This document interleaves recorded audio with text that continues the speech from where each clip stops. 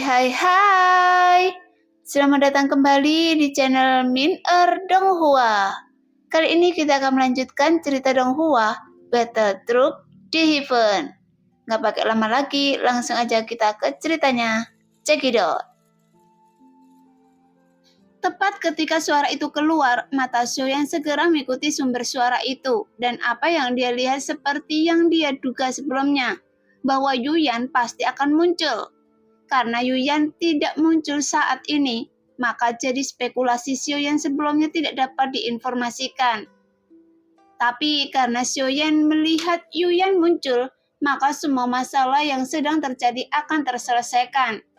Hanya saja Xiaoyan juga tidak berniat membeberkan masalah ini padanya. Lagi pula siapa tahu setelah semua ini Xiaoyan tidak tahu cara apa lagi yang akan dipikirkan nomor 4 untuk menyiksanya. Oleh karena itu, sekarang Xiaoyan hanya bisa mengikuti arus saja.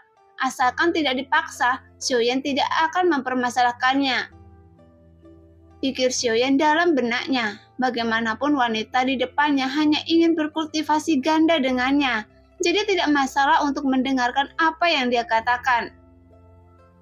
Lagi pula, baik yang mulia maupun tuan jahat tidak dapat melarikan diri darinya.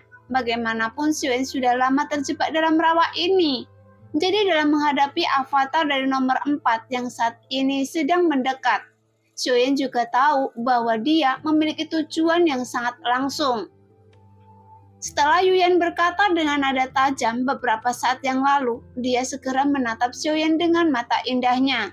Pada saat berikutnya, ada sebuah perubahan dalam ekspresinya, seolah-olah dia ingin menunjukkan sisi terindah di hadapan Xiaoyan. Hanya saja Yuyan berbeda dengan permaisuri, karena Xiaoyan bisa merasakan perasaan permaisuri yang sangat kuat padanya. Meskipun sesuatu benar-benar terjadi di antara keduanya, namun tujuan sebenarnya permaisuri hanyalah untuk meninggalkan kehadirannya dalam ingatan Xiaoyan. Saya tidak bisa membayangkan sudah berapa banyak orang yang tidur dengan wanita ini. Sambil memikirkan ini, Xiaoyan menghirup udara dalam-dalam. Bagaimanapun wanita ini sudah ada di atas di tahun-tahun yang panjang. Ditambah dia memiliki metode seperti itu selama ada pria yang dia sukai. Xiaoyan khawatir tidak ada seorang pun yang bisa melarikan diri darinya. Bahkan Xiaoyan dapat merasakan sorot mata Yuyan ke arahnya, dan dia sudah merasa ada yang salah. Semenjak Xiaoyan berada di alam iblis semua orang suci, hanya saja Xiaoyan tidak dapat menyadarinya saat itu, bahwa Yuyan sebenarnya adalah avatar dari nomor 4. Jadi, jalan segala keinginannya dipraktekkan di 4 aliran ini, yang menunjukkan mereka yang memiliki keberuntungan besar setelah berlatih kultivasi gandanya. Dengan demikian, mereka dapat menerobos diri sendiri. Dia hanyalah seseorang yang memiliki penampilan jelek, tapi orang ini ingin membunuh saya, kata Xiaoyan sambil menunjuk pria jelek itu, tidak jauh dari tempat di mana Xiaoyan berada. Lagi pula karena Yuyan sangat ingin mendapatkan Xiaoyan. Jika Yuyan tidak bisa bersembunyi, maka manfaatkan saja Yuyan untuk saat ini. Bagaimanapun ini hanyalah adegan yang disutradarai oleh nomor 4 dan diperankan oleh Yuyan. Alam keabadian para dewa, tingkat kedua setengah genggaman. Anda memang memiliki kekuatan, tapi mengingat Anda tidak menimbulkan bahaya nyata, jadi sebaiknya keluar dari sini, teriak Yuyan sambil memarahi dengan dingin dan segera melambaikan tangannya. Tidak. Nona Yuyan, bagaimana saya bisa membiarkan pria jelek yang menjijikkan ini pergi begitu saja?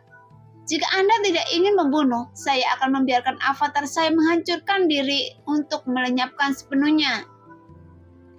Tetap ketika Xiaoyan mendengar Yuyan ingin melepaskannya, bagaimana bisa Xiaoyan membiarkan keinginannya terkabul? Bagaimanapun orang ini telah menyiksanya begitu lama, jadi dia tidak ingin membiarkannya pergi begitu saja.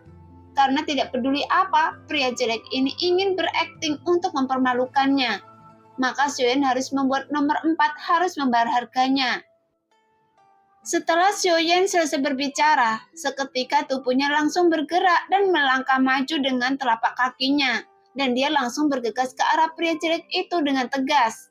Dan tubuh Xiaoyan juga memancarkan aura yang maniak, seolah-olah dia benar-benar ingin meledakkan dirinya sendiri. Tepat ketika melihat Xiaoyan bergegas keluar, wajah Yuyan tiba-tiba menjadi sangat serius. Dia sepertinya tidak menyangka bahwa Xiaoyan adalah orang yang keras kepala. Meskipun baginya, avatar seperti itu bukanlah apa-apa, tapi apa yang harus saya lakukan jika dia benar-benar meledakkan dirinya sendiri? Lagi pula, saya sudah lama sekali tidak bertemu dengan pria yang begitu manis seperti ini. Memikirkan hal ini, Yuyan tampak semakin bersemangat melihat bakat Xiaoyan. Hanya saja Xiaoyan tidak tahu apakah itu benar-benar karena kultivasinya, atau apakah dia sendiri yang menikmati kesenangan itu. Apakah yang Anda katakan masuk akal? Karena saya bersedia melindungi Anda, jadi orang ini akan diselesaikan oleh saya, kata Yuyan menggertakkan giginya. Namun, meskipun Yuyan berbicara seperti itu, tapi terlihat jelas ada ekspresi kesakitan di wajahnya. Adapun Xiaoyan bergegas keluar, tapi dia tidak bergerak dengan cepat, karena Xiaoyan sengaja mengarahkan Yuyan untuk mengambil tindakan.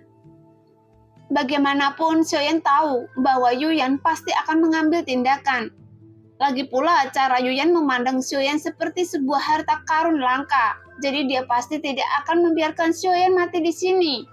Karena pria jelek itu memperlakukan Xiaoyan dengan berbagai cara dan memukuli Xiaoyan sedemikian rupa. Jadi setidaknya nomor 4 juga harus merasakan sakitnya kehilangan avatar. Karena Xiaoyan juga tahu bahwa dia bukanlah seseorang yang bisa dianggap enteng.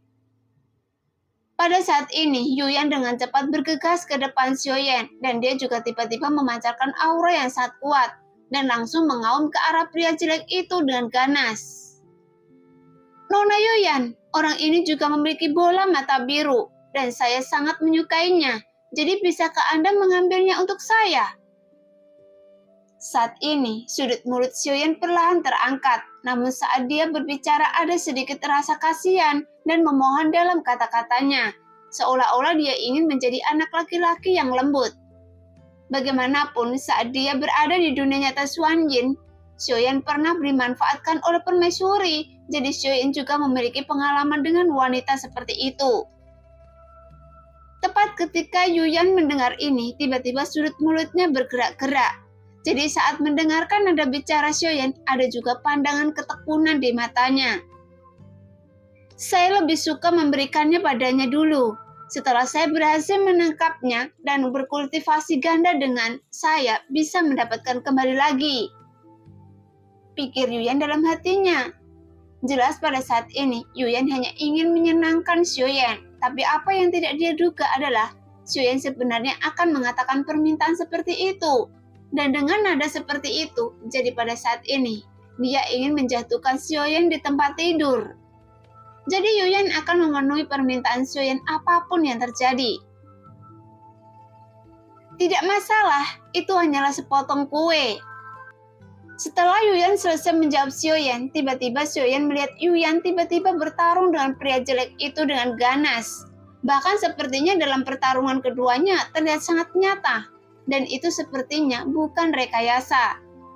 Adapun kekuatan Yuyan tidak diragukan lagi bahwa Yuyan jauh lebih kuat dari pria jelek itu, sehingga dengan cepat pria jelek itu dikalahkan dalam waktu singkat.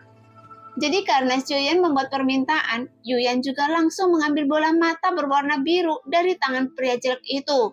Sehingga Xiaoyan dapat melihat bola mata biru itu sudah di tangan Yuyan, yang sekarang telah mengembun menjadi seukuran telapak tangan. Meskipun bola mata biru ini belum bisa dipastikan, apakah itu mata goyan yang lainnya, atau apakah benda ini benar-benar sebuah harta karun. Bagaimanapun juga, tubuh fisik Xiaoyan yang tingginya hingga ratusan ribu kaki, bahkan dia sama sekali tidak bisa melancarkan serangan, yang menunjukkan benda ini kemampuan yang sangat kuat. Bahkan Xiaoyan juga bisa mengejutkan musuh dalam pertempuran. Benda ini bahkan bisa mengendalikan kekuatan jiwa alam saya. Kemudian melalui mata ini, saya dapat mengontrol lebih banyak orang yang berjiwa lemah, kata Xiaoyan di dalam hatinya. Pada saat ini pria jelek itu terluka parah, namun Yuyan tidak membunuhnya sampai akhir, karena pria jelek itu juga menahan auranya. Bahkan dia sebenarnya ingin berpura-pura mati. Sekarang saya telah mengambil barang yang Anda inginkan, jadi, kata Yuyan sambil berbalik dan mata indahnya menatap Xiaoyan dengan penuh semangat. Namun sebelumnya kata-katanya selesai, Yuyan melihat sidik jari Xiaoyan berubah dengan cepat. Kemudian sebuah teratai api 3 warna terkondensasi di telapak tangan Xiaoyan. Dan dia melihat Xiaoyan memegang teratai api dengan satu tangan. Kemudian mengambil langkah maju, tiba-tiba kelihatan guntur ekstrim mengalir di bawah kaki Xiaoyan dan menghilang.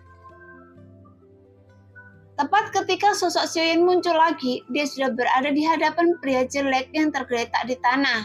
Kemudian Xiaoyan dengan lembut menggerakkan telapak tangannya ke depan, sehingga teratai murka Buddha 3 warna langsung mengenai perutnya pria jelek itu.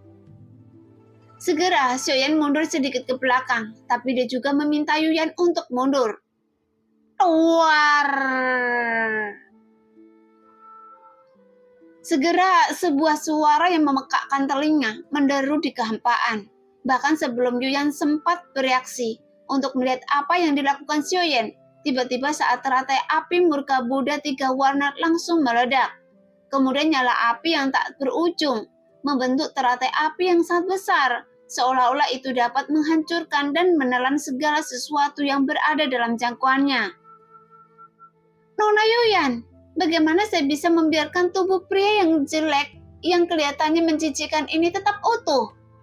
Jadi, bahkan jika Anda telah membunuhnya, saya juga ingin menghancurkannya menjadi abu.